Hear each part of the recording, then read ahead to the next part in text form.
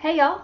As you can see, I've gotten very comfortable for this video. I am in my PJs, wrapped up in my quilts, and I even have a nice hot cup of nothing.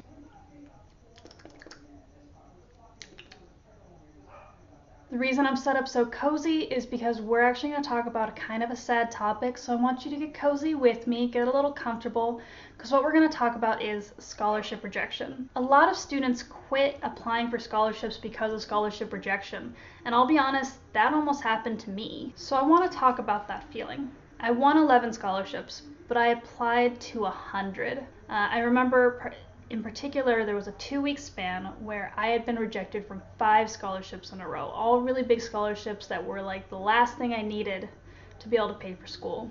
There was one in particular that was for $30,000 a year, specifically for transfer students. I thought I was a perfect fit for it. I talked to scholarship specialists.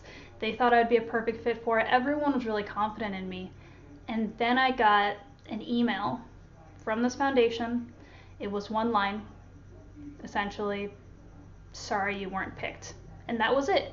I had spent 4 months on this application, and that was it. And it really ripped me apart. I really felt like I had been rejected as a person, that I wasn't good enough, that no matter how hard I worked, there was no point. I couldn't think about it without crying.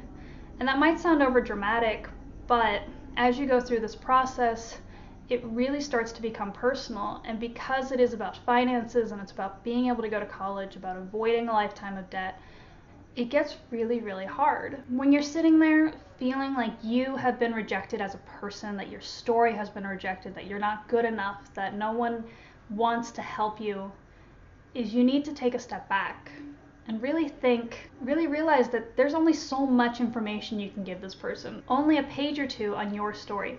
And they're looking for a particular story. And sometimes, no matter how you phrase it, no matter what you do, your story is not what they're looking for. But that doesn't mean that there isn't someone out there who wants to fund your story. That $30,000 a year scholarship that left me heartbroken when I was rejected, hundreds of students get that. But I later looked into it and found out that the average student, their total household income who won that scholarship was only $25,000 a year. My family was struggling, but we've never struggled that hard. And I realized no matter what I did, I was not the story they were trying to fund, and that I could have been the best me possible, but my story wasn't what they wanted to fund. Fast forward a few months, I was still applying for scholarships, still applying. I was feeling really dejected, but I was doing it. I was doing the applications. I was sending them in. And I got a call from Phi Theta Kappa, and they said they wanted to interview me regarding one of my scholarship applications. I thought that application was, I thought they'd already awarded all the scholarships for that, so I was freaking out. The interview was actually during one of during my internship, so I asked my boss if I could borrow her office for a half hour to do this interview because it was so important. She said, of course, Jesse, you can, whatever you need. So sitting there in my boss's office, doing this interview over Skype with these lovely women from Phi Theta Kappa, trying my best not to get overexcited, trying not to get my hopes up again because I really couldn't deal with them being smashed. And I'm answering these interview questions, and they asked me, well, how close are you to being able to pay for school? And I said, I listed out how many scholarships I'd won. Wasn't many at that time, but I listed them out. I said, I just need a little bit more. And they said, well, how does $7,500 sound? And all these women jumped out. I hadn't seen them on the Skype, with balloons shouting, you were picked, you got the scholarship. Now this scholarship was one that only 10 students win in the country. It was a national scholarship and thousands of students had applied. And you might be thinking, how in the world did you win a scholarship for 10 people but couldn't win a scholarship that hundreds of people win? And that's really what it comes down to, is Phi Theta Kappa was interested in my story. My story was the one they wanted to fund. This other organization, my story wasn't the one they were interested in funding. They hadn't rejected me. They were looking to fund other people, a different type of person.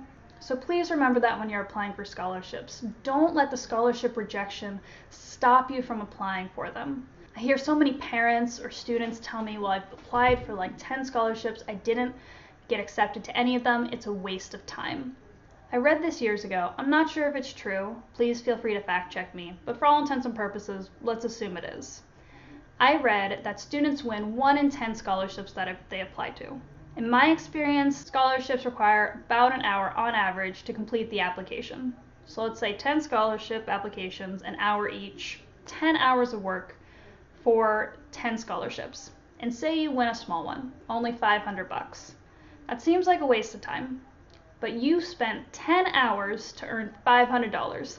That is $50 an hour. That is a much better rate of return than you're ever going to get working at Starbucks or working on campus. Don't let the rejections keep you from seeing the bigger picture, that each time you're rejected, you learn a little bit more. You learn what stories don't work.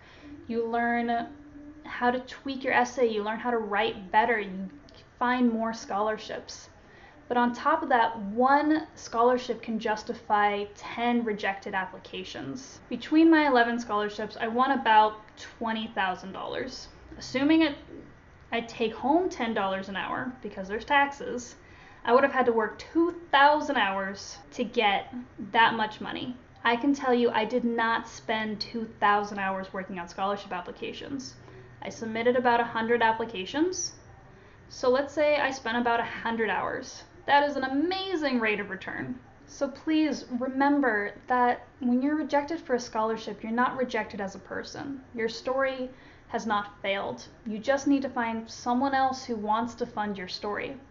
And when you get rejected and it feels like a waste of time, a waste of effort, think of the big picture. Remember that every rejection gets you a little bit closer to finding that person that wants to fund your story. And remember that there are thousands of stories to fund, and yours is just as valid as all the others. Please, in the comments below, I'm really interested to hear about your journey so far applying for scholarships. How many of you applied for? How many of you won? What are your best tips? What have you learned in the process? I really, really want to know. So please comment below. I read all the comments. I love replying to them. Please like, share, and subscribe. In the meantime, cheers!